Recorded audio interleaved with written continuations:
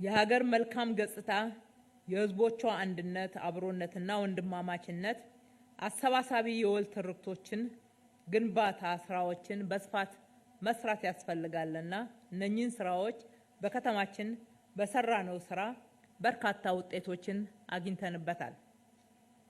ከዚህ አንፃር በባህል ዘርፍ ባህላዊ ሴቶች የሀገር በቀል ዕውቀቶችና ማህበራዊ ተቋማት ልማት ፋይዳ እንዲሁም በአሉታዊ መጤ ባህሎችና ጎጂ ልማዳዊ ድርጊቶች አስተሳሰቦች መከላከል ላይ የተለያዩ 6 ቶክ ሾውና የተለያዩ የስልጠና የስርጸት ስራዎች ተሰርተዋል። በሀገርና በትውልድ ግንባታ ላይ ጉልህ ሚና ለተጫወቱ የኪነ ጥበብ ሰዎችም ብሔራዊ ጀግኖች ለሆኑ አትሌቶች ጨምረን የክብር ሐውልት አቁመንላቸው ትውልድን እያስተማርንበት ነው።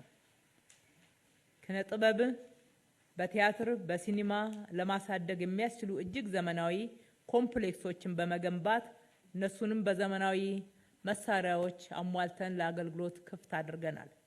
ከዚህ ባሻገር ኪነ ጥበብ ወደ ህዝቡ ጠጋ እንዲል አንፊ ቲያትሮችና ፕላዛዎችም በሰፊው በየአካባቢው ተገንብተዋል።